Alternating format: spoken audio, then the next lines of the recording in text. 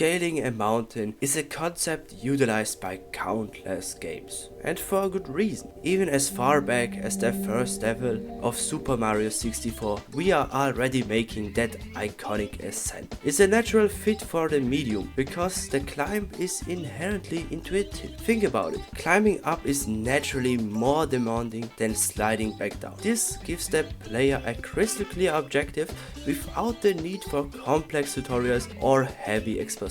And once you finally reach the summit, the game has a built-in reward waiting for you, a sense of accomplishment and a breathtaking view. Super Mario 64 arguably pushed this concept to its limits. In Bob-omb's Battlefield and Whomp's Fortress, the goal is a straightforward vertical climb. In Kukul Mountain, the focus shifts to the thrill of sliding down, while the levels like Turtle Mountain and Tiny Huge Island force you to navigate precipitous paths spiraling around a central peak. But what about the games that go deeper? I'm talking about the titles where the mountain isn't just a single level or a background asset, but the entire core of the game's identity. These are experiences where the mountain is the game. To explore this more closely, I picked out 5 different games where the climb defines everything. Let's take a look.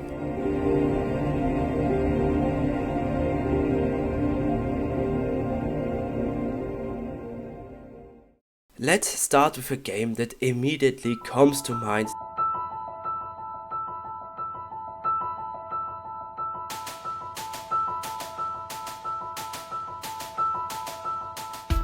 Celeste is the name of both the game and the mountain itself. However, this isn't just an ordinary peak. Some of the locals describe it as mysterious, home to strange and inexplicable phenomena. But none of that matters much to us at first as we step into the shoes of Madeline and begin our ascent. As we climb higher, we quickly realize that something is off. We encounter bizarre creatures and reality-bending objects, but also friendly faces who offer help in difficult situations. And those situations arise quite often, because Madeline is struggling with her mental health, dealing with anxiety and depression. Throughout the climb, we learn how to process these struggles and find ways to cope with them. Celeste takes the concept of a physical mountain and forces us to climb it, but Madeline is actually scaling 2 peaks at once, a physical one and a mental one. As a player, you definitely feel the weight of that mental struggle, because Celeste is an incredibly difficult game. Yet no part of the game embodies the essence of the mountain better than Chapter 7. So I'm throwing out a spoiler warning here right now. In Chapter 7, we climb the entire mountain from base to peak,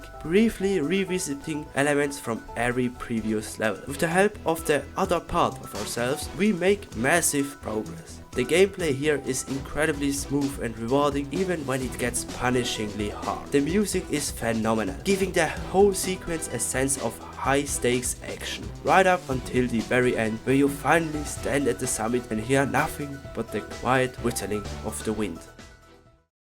Celeste presents both a massive physical mountain and a steep mental one that we must conquer together. But the game goes even further with the B and C sides that you unlock along the way. For context, here's an overview of how much I managed to accomplish during my 17 hours of playtime. But now let's talk about a game that's a bit more relaxed, at least in terms of the themes it tries to tackle.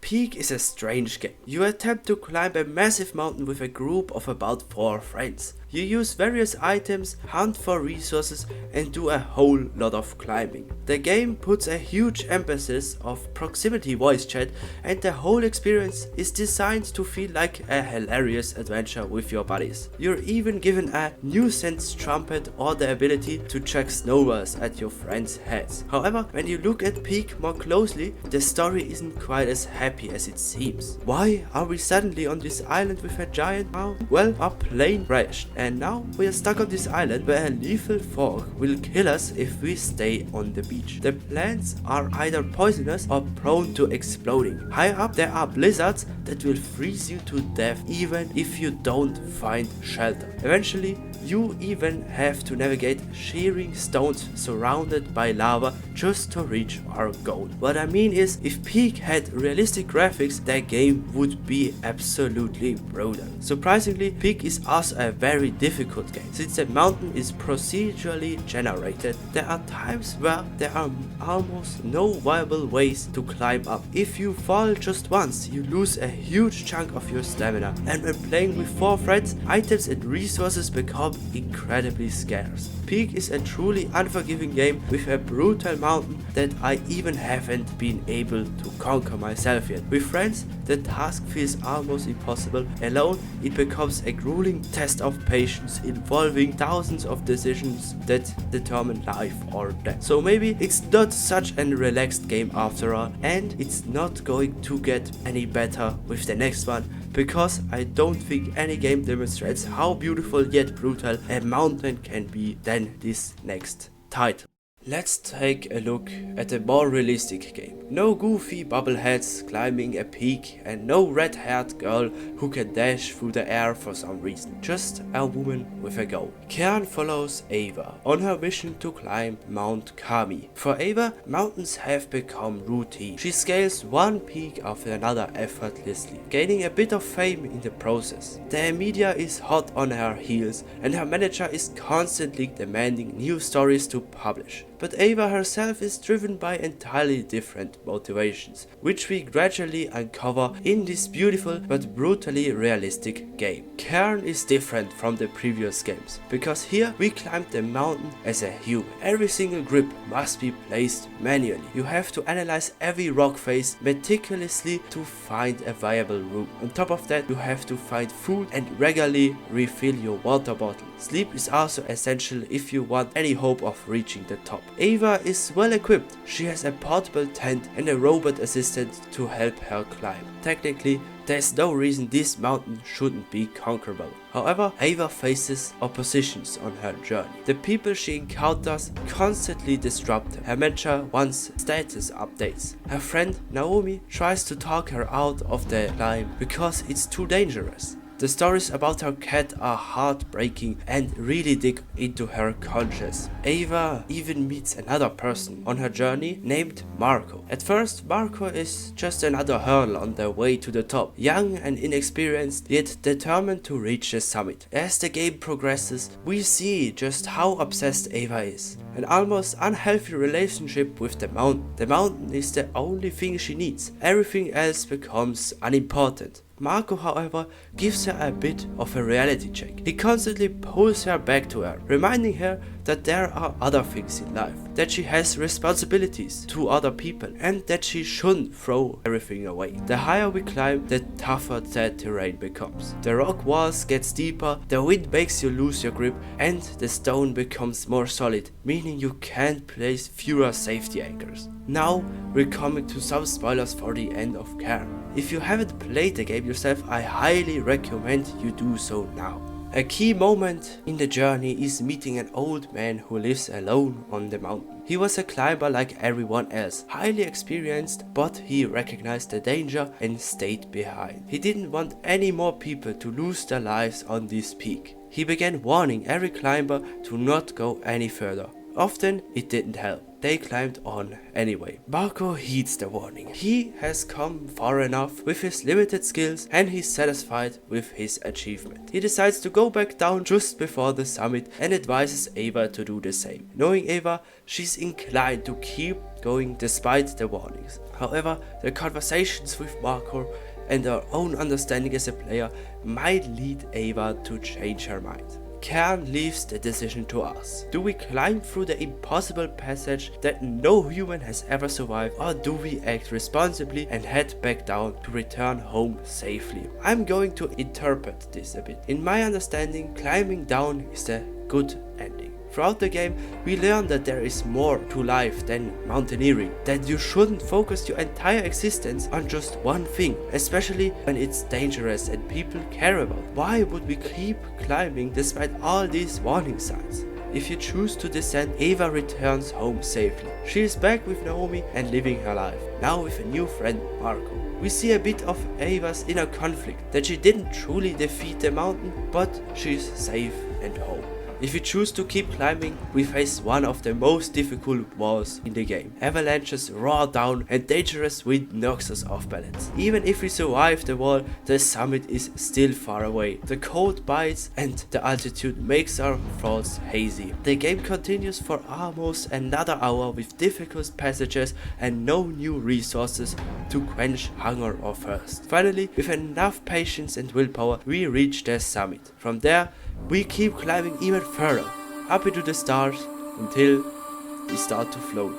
We get faster, faster, ascending into the sky, until finally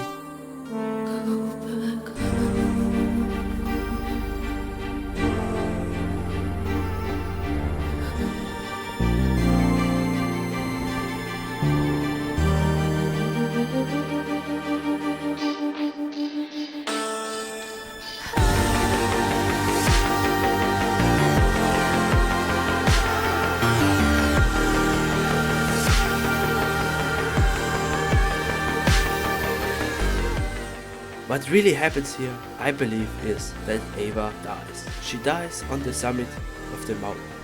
She reached her goal, but she paid the ultimate price for it.